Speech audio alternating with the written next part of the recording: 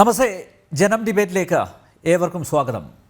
മറിയക്കുട്ടിക്ക് വിധവാ pension കൊടുക്കാൻ പണമില്ലെന്ന് സർക്കാർ അഭിഭാഷകൻ ഹൈക്കോടതിയിൽ. മറിയക്കുട്ടിയുടെ ഹർജി രാഷ്ട്രീയ പ്രേരിതമാണെന്നും അഭിഭാഷകൻ. കേരളീയവും നവകേരള സദസ്സും ക്രിസ്മസ് പുതുവത്സര വിരുന്നും സംഘടിപ്പിക്കാൻ സർക്കാരിൻ്റെ കയ്യിൽ കോടികളുണ്ട്. എന്നാൽ മറിയക്കുട്ടിയെ പോലെ നിർധനരും നിരാലംബരുമായവർക്ക് പ്രതിമാസം 1600 രൂപ നൽകാൻ സർക്കാരിൻ്റെ കയ്യിൽ പണമില്ലത്രേ. ജന ഡിബേറ്റ് പരിശോധിക്കുന്നു. നയാ പൈസയില്ല, കയ്യിലൊരു നയാ പൈസയില്ല. ധൂർത്തടിക്കാൻ കോടികളുണ്ട്, പെൻഷൻ കൊടുക്കാൻ പണമില്ലെന്ന പരിദേവനത്തിന് എന്തടിസ്ഥാനം? ഇടുക്കിയിൽ നിന്ന് മറിയക്കുട്ടി ചേടത്തി ചേരുന്നു തത്സമയം. ഒപ്പം ഇടത് സൈദ്ധാന്തികൻ ശ്രീ പാണ്ഡ്യാല ഷാജി, BJP വക്താവ് അഡ്വക്കേറ്റ് P. കൃഷ്ണദാസ്, സാമൂഹ്യ നിരീക്ഷകൻ പ്രൊഫസർ AG ജോർജ് എന്നിവരും അതിഥികളാവുന്നു. എല്ലാ അതിഥികളെയും ഈ സംവാദത്തിലേക്ക് സ്നേഹാദരങ്ങളോടെ സ്വാഗതം ചെയ്യുന്നു. ഒപ്പം പ്രേക്ഷകരെയും. ശ്രീ പാണ്ഡ്യാല ഷാജി, ഇന്ന് ഹൈക്കോടതിയിൽ മറിയക്കുട്ടിയുടെ ഹർജിയിൽ വലിയ വാദങ്ങളാണ് നടന്നത്. സർക്കാർ അഭിഭാഷകൻ ഒരു ഘട്ടത്തിൽ ജഡ്ജി ദേവൻ രാമചന്ദ്രനോട് കയർത്ത് സംസാരിക്കുകയും ചെയ്തു. അദ്ദേഹത്തിൻ്റെ ചില പരാമർശങ്ങൾ, അതായത് ഈ വാദത്തിനിടയിൽ ജഡ്ജിയുടെ ഭാഗത്തു നിന്നുണ്ടാകുന്ന പരാമർശങ്ങളുണ്ടല്ലോ, ആ പരാമർശങ്ങളൊക്കെ മാധ്യമങ്ങളിലൂടെ പുറത്തു വരുന്നു. അദ്ദേഹം പലതും സർക്കാരിനെ വിമർശിച്ചുകൊണ്ട് പറയുന്നു എന്നൊക്കെയായിരുന്നു സർക്കാർ അഭിഭാഷകൻ്റെ പരാതി. അപ്പോൾ ജസ്റ്റിസ് ദേവൻ രാമചന്ദ്രൻ ചോദിച്ചു, അങ്ങനെ ഞാൻ ഇല്ലാത്തത് വല്ലതും ഞാൻ പറഞ്ഞിട്ടുണ്ടെങ്കിൽ താങ്കളത് ചൂണ്ടിക്കാണിക്കൂ എന്ന് പറഞ്ഞു. ഒടുവിൽ ആ പരാമർശം അഭിഭാഷകൻ പിൻവലിക്കുകയും ചെയ്തു. നോക്കൂ, മറിയക്കുട്ടിയെപ്പോലെ 45 ലക്ഷത്തോളം വിധവമാരുണ്ട് എന്നാണ് ഇന്ന് ഹൈക്കോടതിയിൽ സർക്കാർ അഭിഭാഷകൻ പറഞ്ഞത്. മറിയക്കുട്ടിക്ക് മാത്രമായിട്ട് പെൻഷൻ കൊടുക്കാൻ പറ്റില്ല. ഈ 45 ലക്ഷം വിധവകൾക്ക് പെൻഷൻ കൊടുക്കാൻ പണമില്ല എന്നാണ് സർക്കാർ അഭിഭാഷകൻ്റെ വാദം. പക്ഷേ ഞാൻ ആമുഖത്ത് ചൂണ്ടിക്കാണിച്ചതുപോലെ ഇവിടെ കേരളീയം 27 കോടി എന്നാണ് പറയുന്നത്. അതിൻ്റെ കണക്ക്, യഥാർത്ഥ കണക്ക് ഇതുവരെ പുറത്തു വന്നിട്ടില്ല. നമ്മുടെ 1,05,00,000 ബസ്സിൽ ഇങ്ങനെ പറക്കും തളികയിൽ ഇങ്ങനെ ഊരു ചുറ്റുന്നുണ്ടല്ലോ. ഇപ്പോൾ തലസ്ഥാന നഗരിയിൽ എത്തിയിട്ടുണ്ട്. ഞങ്ങളതിൻ്റെ ദുരിതം അനുഭവിച്ചുകൊണ്ടിരിക്കുകയാണ്. ട്രാഫിക് പോലീസ് പോലുമില്ല. ട്രാഫിക് പോലീസ് പോലും പിണറായി വിജയന് സുരക്ഷ ഒരുക്കാൻ വേണ്ടി പോയിരിക്കുകയാണ്. ഇനി നാളെയും കൂടെ ഈ ദുരിതം അനുഭവിക്കേണ്ടി വരും. ഈ നവകേരള സദസ്സ്, അതുപോലെ ഇനിയിപ്പോൾ ഇദ്ദേഹം ജനുവരി 3-ാം തീയതി ഇവിടെ ക്രിസ്മസ് പുതുവത്സര വിരുന്ന് സംഘടിപ്പിക്കാൻ പോവുകയാണെന്ന് കേട്ടു പൗരപ്രമുഖർക്ക്. അപ്പോൾ ഇതിനൊക്കെ പൈസയുണ്ട്. പക്ഷേ മറിയക്കുട്ടിയെ പോലുള്ളവർക്ക് പെൻഷൻ കൊടുക്കാൻ പണമില്ല എന്നാണ് പറയുന്നത്. ശ്രീ പാണ്ഡ്യാല ഷാജി, എന്ത് പറയും ഈ ഒരു അവസ്ഥയിൽ? പ്രാഥമികമായ ഒരു കാര്യം പറഞ്ഞു തുടങ്ങുമ്പോൾ, ഇപ്പോൾ സാധാരണ നിലയിൽ ഈ മുളന്തണ്ടുകൾക്ക് വണ്ട് ചിലപ്പോൾ ഓട്ട വീഴും. ഇപ്പം മുളന്തണ്ടുകൾക്ക് വണ്ട് ഓട്ട വീഴ്ത്തി കഴിഞ്ഞാൽ തണ്ട് അതുപോലെ അവിടെ കിടക്കും. പക്ഷെ തണ്ട് എടുക്കുന്ന സമയത്ത് അത് ഒടിഞ്ഞു പോകും. ഇങ്ങനെ വരാവുന്നൊരു അവസ്ഥയിലേക്ക് കേരളത്തിൻ്റെ സമ്പദ്ഘടനയെ സമ്പൂർണ്ണമായി തകർത്ത് നശിപ്പിച്ചു എന്നതാണ് ഈ കഴിഞ്ഞ 7-7.5 വർഷക്കാലമാവാൻ പോകുന്ന കേരളത്തിലെ ഇടതുപക്ഷ ജനാധിപത്യ മുന്നണി മന്ത്രിസഭയുടെ ആദ്യത്തെ സംഭാവന. ആ സംഭാവനയിൽ നിരവധി ഇരകൾ, പരലക്ഷക്കണക്കിന് ഇരകളുണ്ടെങ്കിലും ഒരു ഇര മാത്രമാണ് പരസ്യമായി അതിനെതിരെ കലാപത്തിന് തയ്യാറായത്. ആ കലാപത്തിന് തയ്യാറായിട്ടുള്ള ആളാണ് ഇടുക്കിയുടെ മലമടക്കുകളിൽ നിന്നുള്ള ബഹുമാനപ്പെട്ട ഈ മറിയക്കുട്ടി ചേടത്തി. അതുകൊണ്ടാണ് അവർ അത്ര ക്ഷുഭിതയായി അവർ ചോദിച്ചിരിക്കുന്നൊരു ചോദ്യമുണ്ട്. നിന്റെ തറവാട്ടിൽ നിന്ന് തരേണ്ട പൈസയല്ല ഞാൻ ചോദിക്കുന്നത്, എനിക്ക് കിട്ടേണ്ടിയിരിക്കുന്ന അവകാശമാണ് എന്ന് പറയുന്നൊരു സംഭവം. 78 വയസ്സ് പ്രായമുള്ള ഒരു അമ്മൂമ്മ ഇത്ര ക്ഷുഭിതയായി സംസാരിക്കണമെങ്കിൽ അവരുടെ സങ്കടത്തിൻ്റെ ആഴം എത്രയാണ്, പരപ്പെത്രയാണ്, വിസ്ത എത്രയാണ് എന്ന് തിരിച്ചറിയാനുള്ള ഒരു മനസ്സുണ്ടാവണം. അഥവാ അത്തരത്തിലുണ്ടായിരിക്കുന്ന ഒരു ജനാധിപത്യ ബോധം ഈ പറയുന്ന മുഖ്യമന്ത്രിക്കോ മുഖ്യമന്ത്രി നയിക്കുന്ന മന്ത്രിസഭയ്ക്കോ ഉണ്ടായിരിക്കണം. അല്ലെങ്കിൽ സംസ്ഥാനത്തെ ധനകാര്യ വകുപ്പ് കൈകാര്യം ചെയ്യുന്ന മറ്റ് ഉദ്യോഗസ്ഥ പ്രഭുത്വത്തിന് അതുണ്ടായിരിക്കണം. അതുണ്ടാവുന്നില്ല. ഇതുണ്ടാവാത്തത് എന്തുകൊണ്ട് എന്ന ചോദ്യമാണ് വാസ്തവത്തിൽ ബഹുമാനപ്പെട്ട ജസ്റ്റിസ് ദേവൻ രാമചന്ദ്രൻ അദ്ദേഹം കോടതിയിൽ വളരെ ക്ഷുഭിതനായി അദ്ദേഹം ചോദിച്ചത്, വളരെ വികാരപരമായി ചോദിച്ചിരിക്കുന്ന ചോദ്യമാണ്. പക്ഷെ ഇത്തരം ചോദ്യങ്ങളൊന്നും തന്നെ സ്പർശിക്കാതെ ഞാൻ ഇരുമ്പാണ് ഉരുക്കാണ് എന്ന് പറഞ്ഞു നിൽക്കുന്ന അങ്ങേയറ്റം വിവരദോഷിയും ബുദ്ധിയുമായ ഒരു മുഖ്യമന്ത്രിയുടെ ജ്വരജൽപ്പനങ്ങളാണ് വാസ്തവത്തിൽ നമ്മൾ കോടതിയിൽ പോലും കണ്ടത്. മുഖ്യമന്ത്രി നേരിട്ട് പറയുന്നതല്ല, മുഖ്യമന്ത്രിക്ക് വേണ്ടി സംസാരിക്കുന്ന അഡ്വക്കേറ്റിന്റെ ഭാഗത്തുണ്ടായിരിക്കുന്ന പരാമർശം അവിടെയാണ്. ഇവിടെ നാം തിരിച്ചറിയേണ്ടുന്ന ഒരു വസ്തുത എന്താണെന്ന് പറഞ്ഞാൽ, കേരളത്തിനകത്തെ ജനജീവിതത്തെ മുഴുവൻ തന്നെ നിസ്സാരവൽക്കരിക്കുക. ഈ നിസ്സാരവൽക്കരിച്ച് തൻ്റെ അധമത്വങ്ങൾ അല്ലെങ്കിൽ തൻ്റെ അഹങ്കാരങ്ങൾ, തൻ്റെ ധിക്കാരങ്ങൾ ഇവയെല്ലാം തന്നെ നിർബാധമെന്നോണം ജനങ്ങളുടെ മേൽ അടിച്ചേൽപ്പിക്കാനുള്ള അവകാശം എനിക്ക് ആരോ കുലാധികാരമായി തന്നിരിക്കുന്നു എന്ന് പറയുന്ന ഒരു ഫ്യൂഡൽ മാടമ്പിയുടെ ഏറ്റവും ദയനീയമായ ചിത്രത്തിന്റെ വൃത്തികെട്ട ഉദാഹരണമാണ് വാസ്തവത്തിൽ നമ്മളിപ്പോൾ ഈ കേരളത്തിൽ കുറച്ച് ദിവസമായി പരസ്യമാറ്റപ്പോൾ കണ്ടുവരുന്നത്. ഇതിനിടയിൽ ഞാൻ പറയുന്ന ഒരു വളരെ പ്രധാനപ്പെട്ട സംഭവം, ഇദ്ദേഹത്തിന് നാം ഈ ബഹുമാനപൂർവ്വം ചാർത്തി കൊടുത്തിരിക്കുന്ന ഒരുപാട് പേരുകളുണ്ട്. നമ്മുടെ കേരളത്തിനകത്തെ ഇടതുപക്ഷ ബുദ്ധിജീവികൾ എന്ന് പറയുന്നവർ, പൂക്കാസയുടെ നേതാക്കന്മാരെന്ന് പറയുന്നവർ, അങ്ങനെ വരുന്ന പല പ്രമാണിമാരും ഇദ്ദേഹത്തിന് പല പല പട്ടങ്ങൾ, ബഹുമതികൾ കൊടുത്തിട്ടുണ്ട്. ആ ബഹുമതിയിൽ ഒരു ബഹുമതിയാണ് ഇദ്ദേഹം ഇരട്ടച്ചങ്കനാണ് എന്ന് പറയുന്നൊരു ബഹുമതി. അദ്ദേഹം അതിന്റെ ഒരു ജനിത്ത് എത്തി കഴിഞ്ഞപ്പോൾ അത് അത്രമാത്രം ടച്ച് പിടിക്കുന്നില്ലാതെ വന്നപ്പോഴാണ് തിരുവാതിര നൃത്തം ചുവട് ഒപ്പിച്ചിട്ട് അതിൽ പങ്കെടുത്തിരിക്കുന്ന സ്ത്രീകളെ കൊണ്ട് പാട്ടുപാടിച്ചിട്ട് ഇദ്ദേഹം കാരണഭൂതനാണ്, വിശ്വവ്യാപിയാണ്, സർവ്വവ്യാപിയാണ് എന്ന് പറയുന്ന ഒരു അവസ്ഥയിലേക്ക് കൊണ്ടുവരുന്നു. ഇപ്പോൾ അദ്ദേഹത്തിന് എന്റെ നാട്ടിൽ നിന്ന് ഇപ്പോൾ ആൾക്കാർ വിളിക്കുന്ന ഒരു പുതിയ പേര് വന്നിട്ടുണ്ട്. ആ പേരെന്താണെന്ന് അറിയോ നിങ്ങൾ? ആ പേരാണ് ഇദ്ദേഹത്തിന്, വിചിത്രമായ പേരാണ്. അദ്ദേഹത്തിന് വിളിക്കുന്ന പുതിയ പേരാണ് മൂത്രക്കുപ്പി. അങ്ങനെ മൂത്രക്കുപ്പി എന്ന പേരിൽ അറിയപ്പെടുന്ന ഒരു മുഖ്യമന്ത്രിയാണ് വാസ്തവത്തിൽ നമ്മുടെ ഈ കേരളത്തോട്. എന്താണ് ഈ മൂത്രക്കുപ്പി എന്നല്ലേ? ആ മൂത്രക്കുപ്പി എന്താണെന്ന് പറഞ്ഞാൽ ഞാനിത് ഇവിടെ പറഞ്ഞതാണ് ഒരു ചാനലിനകത്ത്. പെർളശ്ശേരി സ്കൂളിനകത്തെ അധ്യാപകന്മാരെ പൂട്ടിയിട്ട് 24 മണിക്കൂർ നേരം പൂട്ടിയിട്ടപ്പോൾ അതിൽ മൂത്രമൊഴിക്കാനുള്ള സാധ്യത പോലും നൽകാതിരുന്നപ്പോൾ പ്രതിഷേധിച്ചിട്ട് സ്ത്രീകൾക്ക് മൂത്രം 24 മണിക്കൂറാണ് പൂട്ടിയിട്ടത്. ആ പൂട്ടിയിരിക്കുന്ന സ്ത്രീകൾ നിലവിളിച്ചപ്പോൾ അവർക്ക് മൂത്രം ഒഴിക്കാൻ കൊണ്ടുപോയി കൊടുത്തത് ഇതേ കുപ്പിയായിരുന്നു. ഇത് തമാശയല്ല, കഥയുമല്ല, വസ്തുതയാണ്. അങ്ങനെയാണ് അതിപ്പോ ഏതാണ്ട് നാട്ടുകാരുടെ മുഴുവൻ തന്നെ പാട്ടായപ്പോഴാണ് ഇദ്ദേഹത്തിന് മൂത്രക്കുപ്പി എന്ന് പറയുന്നൊരു പേരും വരുന്നത്. നമ്മൾ തിരിച്ചറിയുന്ന ഒരു സംഭവം എന്താന്ന് പറയുക, എന്താണ് വാസ്തവത്തിൽ ഈ കേരളത്തെ കുറിച്ച് ഇയാൾ ധരിച്ചു വെച്ചിട്ടുള്ളത് എന്നുള്ളതാണ്. എന്താണ് കേരളത്തെ കുറിച്ചുള്ള ഇയാളുടെ സങ്കല്പം എന്താണ്? ഈ സങ്കല്പം അറിയുമ്പോഴാണ് വാസ്തവത്തിൽ പാർട്ടിക്ക് ഇതിനകത്ത് ഒരു ഉത്തരവാദിത്വമില്ലേ? പാർട്ടിക്ക് അത് ഉത്തരവാദിത്വമില്ലേ? ഈ പാർട്ടിക്ക് ഉത്തരവാദിത്വമില്ലാതായി തീരുകയും ഗവൺമെന്റ് ഇതിനകത്ത് നിസ്സഹായമായി തീരുന്ന ഒരു അവസ്ഥയിലേക്ക് ഒരാൾ മാത്രമായി ഇതിനെ നയിച്ച് വഷളാക്കുകയും ചെയ്യുമ്പോൾ ആരാണ് ഈ കേരളത്തിലെ 3.25 കോടി ജനങ്ങളുടെ ഉത്തരവാദിത്തം ഏറ്റെടുക്കുക എന്ന് പറയുന്ന രാഷ്ട്രീയമായിരിക്കുന്ന ഒരു ചോദ്യമുണ്ട്. ഈ ചോദ്യത്തിനുള്ള ഉത്തരം നമുക്ക് ലഭിക്കാതാവുമ്പോഴാണ് നാം എന്ത് ചെയ്യുന്നത്? കോടതിയെ ശരണം പ്രാപിക്കുന്നത്. കോടതിയെ ശരണം പ്രാപിച്ചിട്ട് ഒരു വിധവാ പെൻഷൻ പോലും വാങ്ങേണ്ടി വരുന്ന ഒരു സംസ്ഥാനം, ഇത്ര നിസ്സഹായമായ സംസ്ഥാനമാകുമ്പോഴാണ് നമ്മൾ അറിയേണ്ടുന്ന മറ്റൊരു വസ്തുത, ഈ കേരളത്തിലെ ഖജനാവിൽ നിന്നും കേരളത്തിലെ സമ്പദ്ഘടനയെ നിയന്ത്രിക്കുന്ന അവതരിപ്പിക്കുന്ന ബജറ്റിന് സമാന്തരമായി വന്നിരിക്കുന്ന മറ്റൊരു ഒരു ബജറ്റ് ഉണ്ട്. ആ ബജറ്റാണ് വാസ്തവത്തിൽ കിഫ്ബി എന്ന് പറയുന്ന ഒരു സാധനം. ഈ കിഫ്ബി എന്ന് പറയുന്ന സംവിധാനം ഒരുക്കിയോട് കൂടിയിട്ടാണ് കേരളത്തിന്റെ സമ്പദ്ഘടന അടിസ്ഥാനപരമായ പ്രതിസന്ധിയെ നേരിടുന്നത് എന്നാണ് വളരെ പ്രഗത്ഭരായിരിക്കുന്ന നിരവധി സാമ്പത്തിക വിദഗ്ധന്മാർ ചൂണ്ടിക്കാട്ടിയിട്ടുണ്ട്. ആ ചൂണ്ടിക്കാട്ടിയതിന്റെ പ്രത്യക്ഷമായിരിക്കുന്ന ഉദാഹരണങ്ങളിലെ ദയനീയമായ ചിത്രമാണ് കേരളത്തിനകത്തെ വിധവകളായിരിക്കുന്നവർക്ക് നൽകാനുള്ള പെൻഷൻ പോലും നൽകാനുള്ള തുക പോലും ഇല്ല എന്ന് കോടതിയിൽ പറയേണ്ടി വരിക.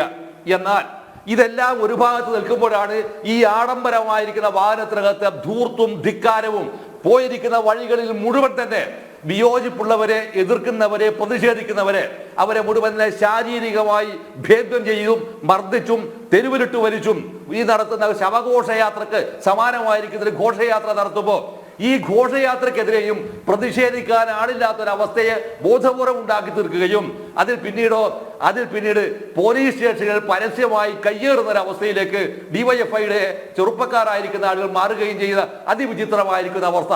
ഇതിന്റെ ആത്യന്തികമായിരിക്കുന്ന ഫലമെന്ന് പറയുന്നത് കേരളം സമ്പൂർണ്ണമായിരിക്കുന്ന അരാജകത്വത്തിലേക്ക് നീങ്ങുകയാണ്. ഈ സമ്പൂർണ്ണമായ അരാജകത്വത്തിലേക്ക് കേരളത്തെ മാറ്റി തീർക്കുന്നതിൽ ഇടതുപക്ഷ ജനാധിപത്യ മുന്നണിയുടെ പേരിൽ, CPIMന്റെ പേരിൽ ഇയാൾ ഈ പറയുന്ന ഏർപ്പാട് നടത്തുമ്പോൾ പാർട്ടി ആലോചിക്കേണ്ട ഒരു വിഷയമുണ്ട്. അതൊന്ന്, തകർന്ന് തമ്മൂറടിച്ച് ഇടിക്കുന്ന ബംഗാൾ, മറുഭാഗത്ത് വരുന്നു ത്രിപുര.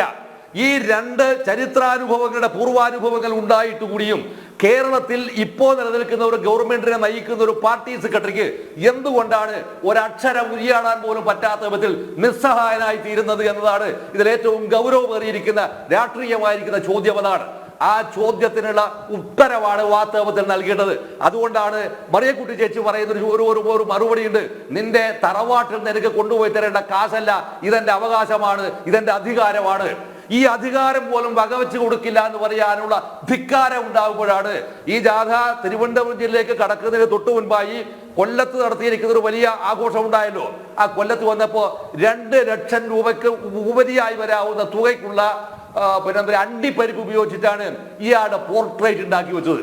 ഈ പോർട്രേറ്റ് 2 ലക്ഷം രൂപ അണ്ടിപ്പരിപ്പിന്റെ പോർട്രേറ്റ് ഉണ്ടാക്കുമ്പോൾ ഈ മനുഷ്യനും മതിഭ്രമം പിടിപെട്ടു എന്നല്ല പറയുക. ഇയാൾക്ക് വട്ടാണോ ശരിക്ക്? ഇയാൾ പറയുന്ന സംഭവം എന്താണ്? ഇത് ചെയ്യാൻ പാടില്ല എന്ന് പറയുന്നിടത്ത് വെച്ചാണ് നിങ്ങളെന്താവുന്നത്? നിങ്ങളൊരു ഗവേണൻസിന്റെ ഭാഗമാവുന്നത്. പകരം അണ്ടിപ്പരിപ്പുകൾ ഇങ്ങനെ എല്ലാം കൊടുക്കുന്നത് ഈ അണ്ടിപ്പരിപ്പ് മുട്ടിയുണ്ടാക്കുന്ന തൊഴിലാളിക്ക് കൃത്യമായിരിക്കുന്ന പെൻഷൻ നിങ്ങൾ നൽകുന്നുണ്ടോ? അവർ കൊടുക്കുന്ന കൂലി കൃത്യമായിട്ട് നിങ്ങൾ നൽകുന്നുണ്ടോ? ഇതുപോലും നൽകുന്നില്ല. ഇത് ചോദിക്കാനും പാടില്ല, പറയാനും പാടില്ല. കേരളത്തിലെമ്പാടുമുള്ള തൊഴിലുറപ്പ് പദ്ധതിയിൽപ്പെട്ടിരിക്കുന്ന സെൻട്രൽ ഗവൺമെന്റ് പണമല്ലേ അത്? തൊഴിലുറപ്പ് പദ്ധതിയിൽപ്പെട്ടിരിക്കുന്ന ആളുകൾ ഇങ്ങനെ വരാവുന്ന ഒട്ടനവധി സമരമുഖങ്ങൾക്ക് പങ്കെടുത്ത് ജീവിതം വഴിമുട്ടിപ്പോയിരിക്കുന്ന ആളുകൾക്ക് ലഭിക്കാനുള്ള തുക പോലും കൊടുക്കാതാകുമ്പോഴാണ് കോടതിയിൽ യാതൊരു ലജ്ജയുമില്ലാതെ ഈ സംസ്ഥാന സർക്കാരിന് വേണ്ടി ഹാജരായിരിക്കുന്ന വക്കീൽ പറഞ്ഞത് 1600 രൂപയാണ് കൊടുക്കേണ്ടത്, 1300 രൂപ നമ്മൾ കേരളം കൊടുക്കേണ്ടതാണ്, 300 രൂപ കേന്ദ്രം തരേണ്ടതാണ് എന്ന്. ഈ 300 രൂപ കേന്ദ്രം തരേണ്ടതാണെന്ന് പറയുമ്പോൾ കേരളത്തിൽ അടിച്ചേൽപ്പിച്ചിരിക്കുന്ന സെസ് ഉണ്ടല്ലോ, പെട്രോളിന്റെയും ഡീസലിന്റെയും മേലെ, അതിന് വാങ്ങിയിരിക്കുന്ന തുക എവിടെ? ആ തുക എവിടെ എന്ന് മറിയക്കുട്ടിയെ ചോദിച്ചാൽ ആ ചോദ്യം ഉത്തരം പറയേണ്ടത് ആരും കൂടിയാണ്. ഇത് വാങ്ങി ഖജനാവിലിട്ടിട്ട് ധൂർത്തടിച്ചിരിക്കുന്ന കേരളത്തിലെ ധനകാര്യ വകുപ്പ് മന്ത്രിയും സർവോപരി ഇപ്പോഴത്തെ മൂത്രക്കുപ്പി എന്ന് വിളിക്കുന്ന മുഖ്യമന്ത്രിയും ഇതിന് സ്വാഭാവികമായിട്ടും മറുപടി പറയേണ്ടതുണ്ട്. ഇത്തരത്തിലുള്ള ഒരു വിഷയത്തെയും സമീപിക്കാതെ ആ എതിർക്കുന്നവരെ മുഴുവൻ തന്നെ മർദ്ദിക്കുകയും ശരിപ്പെടുത്താനും മെനക്കെട്ട് പോകുന്ന ഈ യാത്രയുടെ ആത്യന്തികമായിട്ട് റിസൾട്ട് എന്തായിരിക്കും? ആ റിസൾട്ട് ഒന്ന് മാത്രമേ സംഭവിക്കുകയുള്ളൂ. അതൊന്ന് ഒറ്റ വരിയിൽ ഞാൻ ഒതുക്കുകയാണ്, വൈലോപ്പള്ളിയുടെ ഒറ്റ വരിയിൽ ഞാൻ ഒതുക്കുകയാണത്. ദുഷ്പ്രഭു പുലയാടി മക്കൾമാർക്കും ഈ പുര കിടുത്തി വീഴട്ടെ എന്ന് ശപിക്കുന്ന ശാപവാക്കിലേക്ക് ഈ കേരളത്തിന്റെ പൊതു രാഷ്ട്രീയ മണ്ഡലത്തെ ചുരുക്കി കാണിക്കുന്നതിൽ, അല്ലെങ്കിൽ അത്തരമൊരു അവസ്ഥയിലേക്ക് എത്തിക്കുന്നതിൽ ഈ പറയുന്ന പാർട്ടിക്കും ഈ മുഖ്യമന്ത്രിക്കും മാത്രമായിരിക്കും ഉത്തരവാദിത്വം എന്ന് മാത്രമാണ് ഇതിന്റെ പ്രാഥമിക റൗണ്ടിൽ എനിക്ക് സംസാരിക്കാനുള്ളത്. അഡ്വക്കേറ്റ് കൃഷ്ണദാസ്, ഇന്ന് ഹൈക്കോടതിയിൽ ഉണ്ടായിരുന്നോ താങ്കൾ? കോടതിയിൽ വളരെ നാടകീയമായിട്ടുള്ള രംഗങ്ങൾ ഒക്കെ നടന്നു എന്നാണ് ഞാൻ മനസ്സിലാക്കുന്നത്. താങ്കൾ ഇന്ന് സാക്ഷിയായിരുന്നോ ഇതിനൊക്കെ? ശ്രീ അനിൽ, കോടതിയിൽ നടന്ന കാര്യങ്ങളെ സംബന്ധിച്ച് നമുക്കൊരു ഓപ്പൺ ഫോറത്തിൽ ഡിസ്കഷൻ ശരിയല്ലല്ലോ. യെസ്, ഞാൻ കോടതിയിലുണ്ടായിരുന്നു. അല്ല, വിഷയത്തെ സംബന്ധിച്ചാണോ പറയേണ്ടത്? അതെ, അതാണോ ഉദ്ദേശിച്ചത്? പ്ലീസ്. അനിൽ എന്താ ഉദ്ദേശിച്ചത്? അല്ല, ഇന്ന് ഈ ജസ്റ്റിസ് ദേവൻ രാമചന്ദ്രൻ, ബഹുമാനപ്പെട്ട ശ്രീ പാട്യാല ഷാജി സുജിബ് പറഞ്ഞോ. ശ്രീ പാട്യാല ഷാജി പറഞ്ഞതുപോലെ ഈ നവകേരള സദസ്സ് കാസർഗോഡ് നിന്ന് ആരംഭിച്ചതിന് ശേഷം അതൊരു വലിയ സർക്കാർ സ്പോൺസേഡ് LDF പ്രചരണ ജാഥ എന്നുള്ള നിലക്കാണ് അത് തുടക്കം കുറിച്ചത്. കാസർഗോഡ് നിന്ന് അത് തിരുവനന്തപുരത്തേക്ക് എത്തുമ്പോഴത്തേക്കും LDFൻ്റെ വരാൻ പോകുന്ന പാർലമെൻറ്റ് തെരഞ്ഞെടുപ്പിലേക്കുള്ള പ്രചരണം സർക്കാർ ചെലവിൽ നടത്താം എന്നുള്ള ഒരു ബോധ്യത്തിൻ്റെ അടിസ്ഥാനത്തിലാണ് അത് പുറപ്പെടുകയും അതിൽ കേന്ദ്രവിരുദ്ധ മുദ്രാവാക്യങ്ങൾ മുഴക്കിക്കൊണ്ട് ഇത് കേന്ദ്രത്തിനെതിരായിട്ടുള്ള, കേന്ദ്രം കേരളത്തെ അവഗണിക്കുന്നതിനെതിരായിട്ടുള്ള ഒരു സമരമാണ് അല്ലെങ്കിൽ ഒരു പ്രചരണ ജാഥയാണ് എന്ന് പറഞ്ഞുകൊണ്ടാണ് ഈ ജാഥ ആരംഭിച്ചത്. എനിക്ക് മനസ്സിലാവാത്തതും ചോദിക്കാനുള്ളതും ഒറ്റ കാര്യമാണ്. ഒരു സംസ്ഥാന ഗവൺമെൻറ്റിന് എങ്ങനെയാണ് കേന്ദ്ര ഗവൺമെൻറ് അവഗണിക്കുന്നു എന്ന് പറഞ്ഞ് സംസ്ഥാന തലത്തിലൊരു പ്രചരണം നടത്താൻ വേണ്ടി കഴിയുക? അത് നമ്മുടെ ഫെഡറൽ സംവിധാനത്തിനും ഭരണഘടനാ സംവിധാനത്തിനും യോജിക്കുന്ന തരത്തിലുള്ളൊരു പ്രചരണമാണോ അത്? ഒരു രാഷ്ട്രീയ പ്രചരണം നമുക്ക് നടത്താം, ഇടതുമുന്നണിക്കൊരു പ്രചരണം നടത്താം, CPM-ന് പ്രചരണം നടത്താം, CPI-ക്ക് പ്രചരണം നടത്താം, കൂട്ടായ പ്രചരണം നടത്താം. അതിലൊന്നും തെറ്റ് കാണാൻ വേണ്ടി കഴിയില്ല. പക്ഷേ ഈ സംസ്ഥാനം ഭരിക്കുന്ന മന്ത്രിമാരും മുഖ്യമന്ത്രിയും അടക്കമുള്ള ആളുകൾ കേന്ദ്ര ഗവൺമെൻറ് കേരളത്തെ ഒരു തരത്തിലും സഹായിക്കുന്നില്ല എന്ന് പറഞ്ഞുകൊണ്ട് ഒരു പൊതുപ്രചരണം എങ്ങനെയാണ് നടത്താൻ വേണ്ടി കഴിയുക?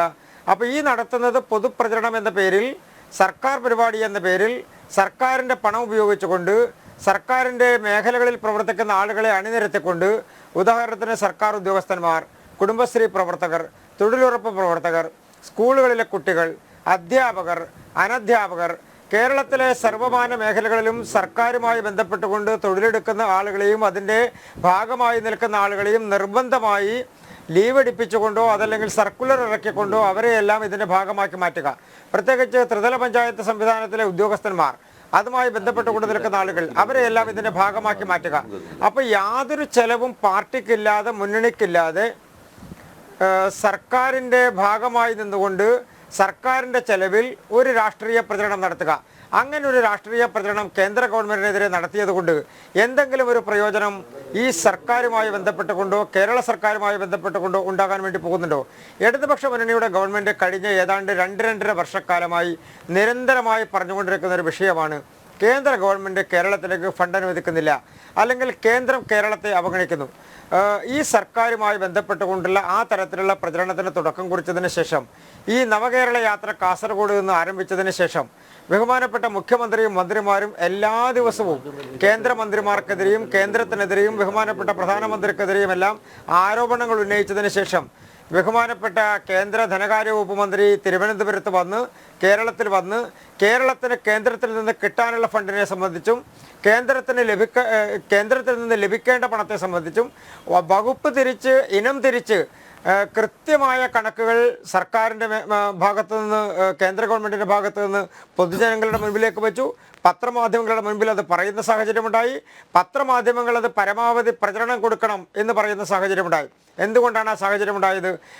കഴിഞ്ഞ ഏതാണ്ട് ഒരു 1.5 മാസം മുൻപ് നിരന്തരമായി ശ്രീ KN ബാലഗോപാൽ പ്രചരിപ്പിച്ചൊരു കള്ളപ്രചരണമുണ്ട്. സംസ്ഥാനത്തിന് GST കുടിശ്ശികയായി ഏതാണ്ട് 12,000 കോടി രൂപ കിട്ടാനുണ്ട് എന്ന് ആദ്യം അദ്ദേഹം പറഞ്ഞു.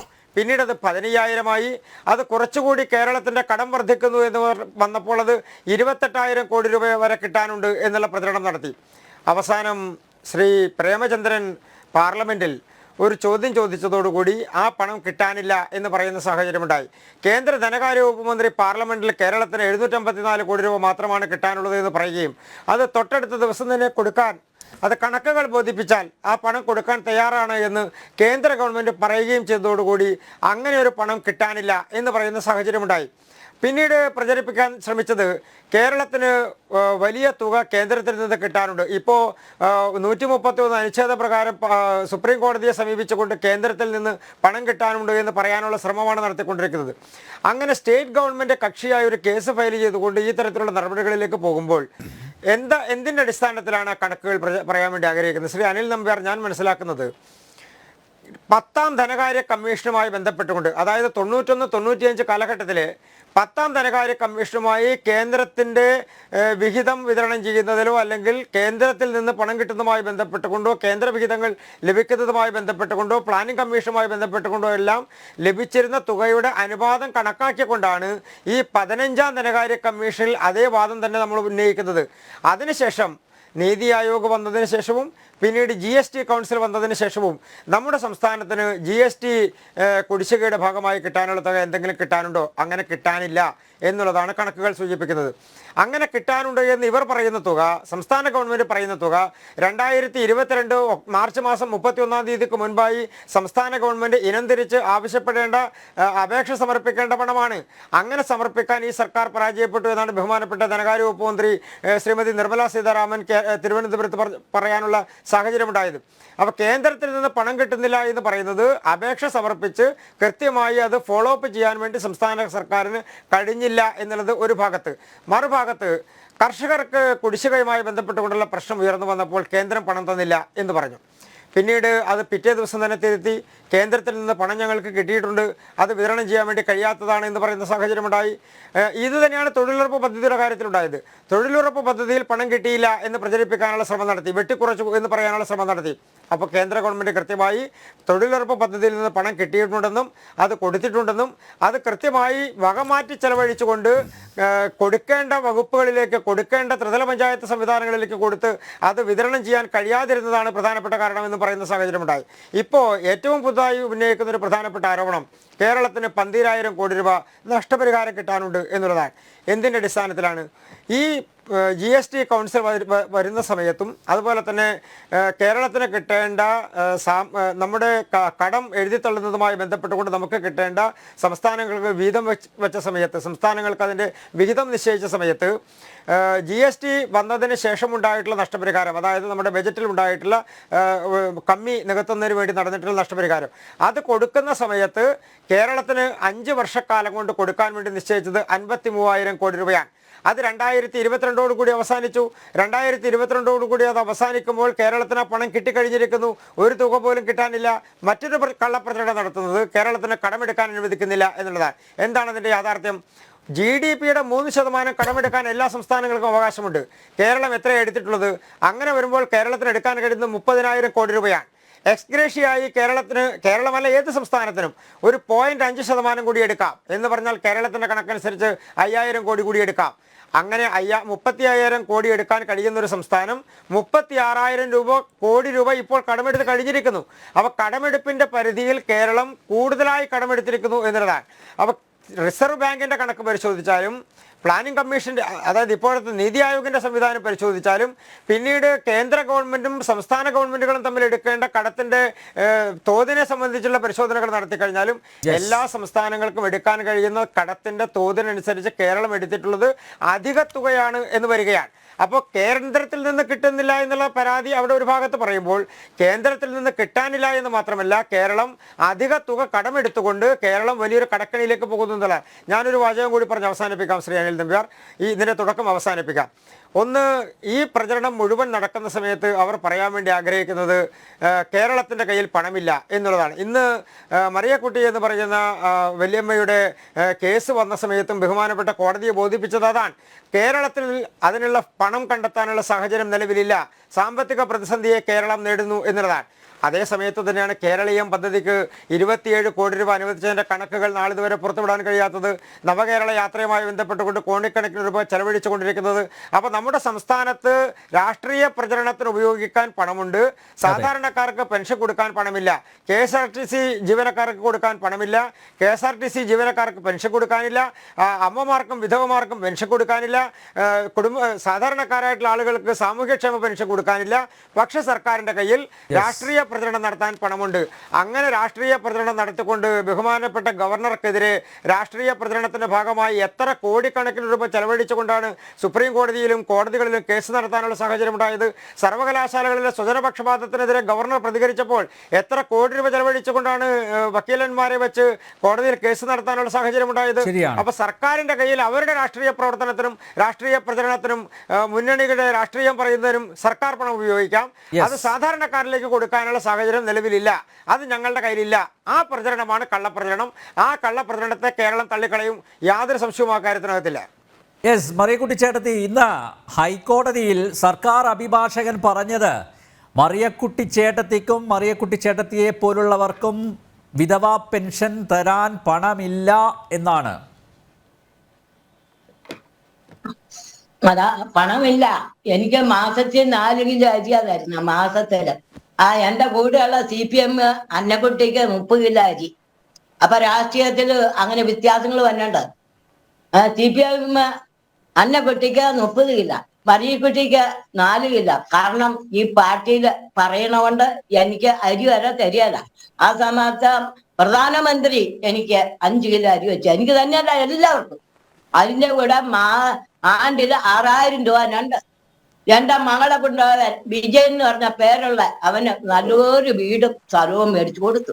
വീടും സ്ഥലവും പ്രധാനമന്ത്രി കേന്ദ്രത്തിൽ നിന്ന് ഒന്നും ചെയ്തില്ല എന്ന് പറഞ്ഞു.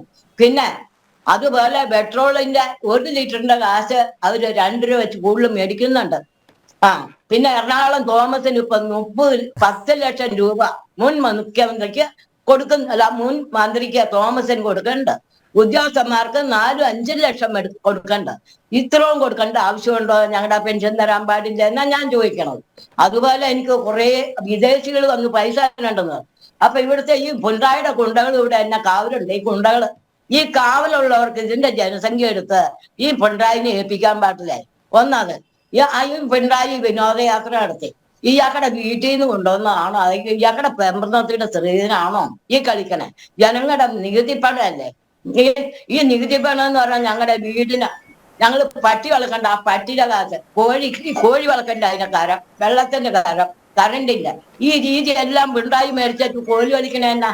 അതുകൊണ്ട് ഞാൻ പറയുന്നത് എന്റെ പുറകിൽ ആരാണ്ടുണ്ടെന്നാണ് ഈ ഗുണ്ടകൾ പറയുന്നത്, ഈ പിണ്ടായുടെ ഗുണ്ടകൾ എന്നെ പറഞ്ഞു പഠിപ്പിക്കാറുണ്ട്. എന്റെ അനുഭവങ്ങളാ പറഞ്ഞേ, ഈ നാട്ടിൽ നടക്കുന്ന കാര്യങ്ങളാ പറഞ്ഞേ. ഓരോ കൊച്ചങ്ങളെ ഈ CPM-കാർ പീഡിപ്പിക്കുക. അവർക്ക് 4-5 വയസ്സുള്ള പിള്ളേരെ മതിയല്ലോ പീഡിപ്പിക്കാൻ. ഇന്നാളെ ഒരു കൊച്ചിനെ തട്ടിക്കൊണ്ട് പോയി. അത് പൊതുജനങ്ങൾ അറിഞ്ഞു, ഈ ചാലുകാരൊക്കെ അറിഞ്ഞുകൊണ്ടാ കൊച്ചിനെ കിട്ടിയതാ. ഈ പിണ്ടായിക്ക് ഈ പണി എല്ലാം ഉണ്ടെന്ന് ബോധ്യമുണ്ട് എനിക്ക്. ഈ എന്നിട്ട് ഈ ഗുണ്ടകളെ ഇറക്കി മറ്റുള്ളവരുടെ വീട് തകർക്കല്, പെണ്ണ് പിടുത്തം, ഒരു പെണ്ണുങ്ങൾക്ക് ഒറ്റയ്ക്ക് ജീവിക്കാൻ പറ്റിയാല, എന്തെല്ലാം രീതിയാണ്. ഈ ഗുണ്ടകളെ പേടിച്ചിട്ട് ഒരു തരത്തിലും വഴി നടക്കാൻ പാടില്ല. കുഞ്ഞു പെൺകത്തുകളെ വളക്കാൻ നിവൃത്തിയില്ല. എന്റെ വീട്ടിൽ 5 വസ്ത്രം കൊണ്ടുള്ള നൂല് വസ്ത്രം ഇല്ലാത്ത വാടക റോയി എന്ന് പറഞ്ഞ വസ്ത്രം എന്റെ ഈ പത്രത്തിൽ എനിക്ക് വസ്തു ഉണ്ടെന്ന് എഴുതി കൊടുത്താൽ എന്റെ 5 വസ്ത്രം കൊണ്ടിട്ടാ നൂല് വസ്ത്രമില്ല. എന്റെ കൊച്ചിന് അന്ന് 12 വയസ്സുണ്ട്. ഞാൻ എന്റെ കൊച്ചിന് കാണിച്ചിട്ടില്ല പുസ്തകം, കത്തിച്ച് കളയായിരുന്നേ. ഈ രീതിയിലെല്ലാം ഞങ്ങൾ അനുഭവിക്കുന്ന ആൾക്കാരാ. ഇപ്പൊ അത് കാരണം ഞങ്ങൾക്ക് അരി മേടിക്കാൻ യാതൊരു വൃത്തിയില്ല. റേഷൻ കടയിൽ അരിയില്ല, മാവേലി സ്റ്റോറിൽ അരിയില്ല. ഒരു സാധനം മേടിക്കാൻ പോയാൽ അത് മേടിക്കാൻ നിവൃത്തിയില്ല. ഇവരെല്ലാം അത് രാഷ്ട്രീയമുണ്ട്. ഞാൻ പറയുന്ന ഈ BJP പോണം ഞങ്ങളുടെ ഇഷ്ടം, RC പോണം ഞങ്ങളുടെ ഇഷ്ടം, മുസ്ലിം ലീഗ് പോണം ഞങ്ങളുടെ ഇഷ്ടം, കോൺഗ്രസിൽ പോണം ഞങ്ങളുടെ. ഈ പിണറായിയുടെ സർട്ടിഫിക്കറ്റ് വേണം. നാട്ടുകാരുടെ വോട്ട് മേടിച്ച് ജയിച്ചതല്ല, അതിന് ഉദ്യോഗം കിട്ടിയതൊന്നും അല്ലല്ലോ. ഈ നാട്ടുകാരുടെ കണ്ണിപ്പുകളായിട്ട് അല്ല ഈ കളി കളിക്കണത്. എന്ന് തുടങ്ങിയതാ ഈ വിനോദയാത്ര. അത് മറിയക്കുട്ടി പഠിപ്പിക്കണമല്ല. എന്റെ പറയിൽ ഇവര് വന്നിരുന്നു ആവട്ടെ, ആരാ ഉള്ളതെന്ന് ഞാൻ സ്വന്തം പറയണതാ. ഈ ജാതികാരോട് ചോദിച്ചു. സർക്കാർ അഭിഭാഷക വേറൊരു കാര്യം കൂടി പറഞ്ഞു, മറിയക്കുട്ടി ചേട്ടത്തിയുടെ കയ്യിൽ പണമുണ്ട് എന്ന്. ഉണ്ടോ? അത് അവർക്ക് ഒത്തിരി ഉദ്യോഗസ്ഥന്മാരുണ്ടല്ലോ. പിണറായിക്ക് എന്തോരം ഗുണ്ടകളുണ്ട്, അവർക്ക് ഉദ്യോഗസ്ഥന്മാരുണ്ട്. അവര് 4-5 ലക്ഷം രൂപ പിണറായി കൊടുക്കുന്നില്ല ശമ്പളം. ഒരാളെ എടുത്ത് അതിന് എന്താ കണക്കെടുക്കാൻ പാടില്ലേ? ഭൂമിയുടെ കണക്കെടുത്തല്ലോ, ഏക്കറിന്റെ കണക്കെടുത്തില്ലേ? ആ പാർട്ടി അല്ല ഈ പിണറായിയുടെ ഗുണ്ടകള്. അവർക്ക് എടുക്കാൻ പാടില്ല. ജനങ്ങള് എനിക്ക് കൊണ്ടുവന്നതായിരുന്നു. അവരാ പരസ്യം ചെയ്തോണ്ട് അടിമാലി വന്നേച്ച് തിരിച്ചു പോയി. അവര് തന്നില്ല. പിന്നെ BJP-ക്കാർ തരാമെന്ന് പറഞ്ഞിട്ടുണ്ട്. അവരെന്നാ തന്നെയെന്നറിയാം. റേഷൻ 9 അരി എല്ലാവർക്കും തരാമെന്ന് വാഗ്ദാനം ചെയ്തിട്ടുണ്ട്. അത് ഞങ്ങൾക്ക് നല്ല വിശ്വാസമുണ്ട്, അത് തരും. ഈ പിണറായി പോലെ കാലവണ പറഞ്ഞുകൊണ്ട് നടക്കല്ല. പ്രധാനമന്ത്രി ഞങ്ങൾക്ക് 9 അരി തരും. വേറെ ഒരു ചാനലിൽ പറഞ്ഞു കേട്ടു, മാതൃഭൂമിയില് മറികൂട്ടി കേന്ദ്രം കൊടുക്കുന്നില്ലായിരുന്നു. ഇഷ്ടം പോലെ കൊടുക്കുന്നുണ്ട്. ഇപ്പൊ ഞാൻ അടി പറഞ്ഞ കാശാരിയാ, കേന്ദ്രത്തിന്റെ ജനങ്ങളുടെ അല്ലേ? അല്ല പിണ്ടായുടെ വീട്ടിൽ നിന്ന് കൊണ്ടുവന്നാണോ? ഈ ഗുണ്ടയുടെ വീട്ടിൽ നിന്ന് കൊണ്ടുവന്നാണോ? എന്തോരും പിള്ളേരുടെ തല കഴിഞ്ഞ് പെട്ടിട്ടു. ഏതെങ്കിലും പാർട്ടിക്കാരും ഈ BJP-നെ അല്ല മറ്റുള്ളവരെ കുറ്റം പറയേണ്ടത്. ഈ ആരെങ്കിലും ഇങ്ങനെ ചെയ്തിട്ടുണ്ടോ ഈ പിണറായിയുടെ കൊണ്ടുകൊണ്ടല്ലാതെ? ഇങ്ങനെ ആരെങ്കിലും? ഞാൻ 87 വയസ്സായി. വേറെ ഒരു ജാതി 78 ഞാൻ 87 വയസ്സിലാണ് നടക്കണേ. ഞാൻ ഇത്രയും പ്രായം തുടങ്ങി കാണണം. ഈ പിണറായിയെ പോലെ രണ്ടും കെട്ടാനെ ഞാൻ കണ്ടിട്ടില്ല. ഇത്രയും കെട്ട വരണം. അതുകൊണ്ട് എനിക്ക് പറയണ ഞാൻ. അല്ല മറിയക്കുട്ടി ചേട്ടത്തി, ഇന്ന് ഹൈക്കോടതിയിലെ ജഡ്ജി ദേവൻ രാമചന്ദ്രൻ ഇന്നും പറഞ്ഞത് മറിയക്കുട്ടി ചേട്ടത്തിയാണ് VIP. അത് മാത്രമല്ല, മറിയക്കുട്ടി ചേട്ടത്തിയെ പോലുള്ളവർക്ക് ക്രിസ്മസ് ആഘോഷിക്കാൻ പറ്റുന്നില്ല, അവർ ദുരിതത്തിലാണ്, അതുകൊണ്ട് ഇത്തവണ ഞാനും ആഘോഷിക്കുന്നില്ല എന്നുള്ളതാണ്. ജസ്റ്റിസ് ദേവൻ രാമചന്ദ്രന്റെ വാക്കുകൾ ഒരുപക്ഷെ മറിയക്കുട്ടി ചേട്ടത്തി കേട്ട് കാണും, ഇതിനകം അറിഞ്ഞു കാണും. അങ്ങനെ അതെ, പിണറായിയെ പോലെ വൃത്തിയായിട്ടോ ഗുണ്ടയില്ലെന്നേ പ്രധാനമന്ത്രി പറയുന്നില്ല. പ്രധാനമന്ത്രി അങ്ങ് കഞ്ചി ഉണ്ടാക്കി വന്നു. ആ അരിയും കൊണ്ട് ഞാൻ കഞ്ഞി സുഖമായിട്ട് കുടിച്ചു. ആ പ്രധാനമന്ത്രിയുടെ കുറ്റം ഞാൻ പറയല്ല. 6000 രൂപ എന്ന് എന്റെ മകൾക്ക് വീട് സ്ഥലവും കൊടുത്തു. അത് പ്രധാനമന്ത്രിയാണ് കൊടുത്തത്, പിണറായി അല്ല കൊടുത്തിട്ടില്ല. പിണറായി എനിക്കും തന്നിട്ടില്ല. എനിക്ക് അപേക്ഷിച്ച് എല്ലാം ശരിയായതായി. പിണറായി തള്ളിക്കളഞ്ഞു വീട്. ഞങ്ങൾ ഒത്തിരി അനുഭവിക്കുക, കിടന്ന് കഷ്ടപ്പെടുക. ഈ പിണറായി പറയിപ്പിക്കണതാ, അല്ല വേറെ ആരും പറയുന്നില്ല. ഈ പിണറായി പറയിപ്പിക്കണ. BJP-ക്കാർ ആരും പറഞ്ഞു തന്നില്ല, കോൺഗ്രസും പറഞ്ഞു തന്നില്ല, ഒരു മുസ്ലിം ലീഗും പറഞ്ഞു തന്നില്ല, ഇലക്കൻകാരും പറഞ്ഞു തന്നില്ല. ഇത് സ്വന്തം പറയണ, ദൈവം പറയണ. മടുത്തിട്ട് അല്ല വേറെ ഒന്നുമല്ല, മടുത്ത് പറയണതാ. കോടതി മറിയക്കുട്ടി ചേട്ടത്തിക്കൊപ്പമുണ്ട്. കോടതി മറിയക്കുട്ടി ചേട്ടത്തിക്കൊപ്പമുണ്ട്. മറിയക്കുട്ടി ചേട്ടത്തിയുടെ ഹർജി അത് പരിഗണിക്കാൻ മറ്റൊരു ദിവസത്തേക്ക് മാറ്റിവെച്ചിരിക്കുകയാണ്. കോടതിയിൽ നിന്ന് നീതി ലഭിക്കുമെന്ന് തന്നെയാണോ കരുതുന്നത്? കോടതിയോട് ഞങ്ങൾക്ക് സന്തോഷമുണ്ട്, ഞങ്ങൾക്ക് എല്ലാവർക്കും സന്തോഷമുണ്ട്. ഈ പെൻഷൻ മേടിക്കുന്ന എത്ര കോടി ആളുണ്ട്, അത്രോളം പേര് ഞങ്ങൾ കോടതിയോട് നന്ദി പറയും. ഞങ്ങൾക്ക് കോടതിയിൽ നിന്ന് വിധി കിട്ടും. അല്ല ഈ പുണ്ടായി ഇറക്കി എല്ലാ പാർട്ടിയും കൂടെ സംഘടിക്കും ഞങ്ങൾ, പിന്നെ ഇറക്കി കളയും, പിന്നെ നശിപ്പിച്ച് കടലിൽ കൊണ്ട് മുക്കിക്കളയും ഞങ്ങൾ. അതിൽ കൊണ്ടൊന്നുമില്ല, അത്രയ്ക്ക് കഷ്ടപ്പെട്ടിട്ടാ പറയണേ. ഈ പിണറായിനെ ഗുണ്ടകളെ വിട്ടപ്പല്ല പോലീസിന്റെ വേഷവും ധരിപ്പിച്ച കുറുവടിയും കൊടുത്ത് പകുതി പോലീസ് ഈ പോലീസിന്റെ വേഷം കെട്ടിയത് ഈ CPM-കാരാ. ആ തല ചെയ്തെല്ലാം പോലീസല്ല, CPM-കാര്. പിണറായി അറിഞ്ഞോണ്ട് യൂണിഫോം തയ്ച്ചു വെച്ചേക്കുക പോലീസിന്റെ വേഷം കൊടുക്കാൻ. ഇതൊക്കെ ജനങ്ങൾക്ക് മനസ്സിലാവും. ശരി പോലീസ് അല്ല തല ഇത് പൊട്ടിച്ച ഈ പിണറായിയുടെ ഗുണ്ടകളാ. ചേട്ടത്തി, ജില്ലാ ലീഗൽ സർവീസ് അതോറിറ്റിയുടെ സഹായം വേണമെങ്കിൽ ഏർപ്പാടാക്കാം എന്ന് ജഡ്ജി പറഞ്ഞിട്ടുണ്ട്. പിന്നെ മറിയക്കുട്ടി ചേട്ടത്തി വളരെ ശക്തമായ നിലപാടാണ് എടുത്തിരിക്കുന്നത്. എനിക്ക് ആരുടെയും ഔദാര്യം വേണ്ട, അല്ലേ? ആ നിലപാട് തന്നെയാണ് ഉറച്ചു നിൽക്കുന്നത്. പിന്നെ ഇവിടെ ഈ ജനങ്ങൾ എന്ന് പറഞ്ഞ ഈ കേരളം മുഴുവൻ ഈ പിണറായിയുടെ കാരണവരുണ്ടാക്കിയതല്ല. ഈ ഇവിടെ നമ്മുടെ കേരളത്തിൽ ജനിച്ചവർക്ക് എല്ലാം തുല്യാവകാശമുണ്ട്. തമ്പുരാന്റെ ഭൂമിയാ അത്. പിണറായി ഞങ്ങൾക്ക് ദൈവാകണ്ട. ശബരിമല 2 പെണ്ണുങ്ങളെ കയറ്റേണ്ട ഇന്ന് പിണറായി അനുഭവിക്കണേ.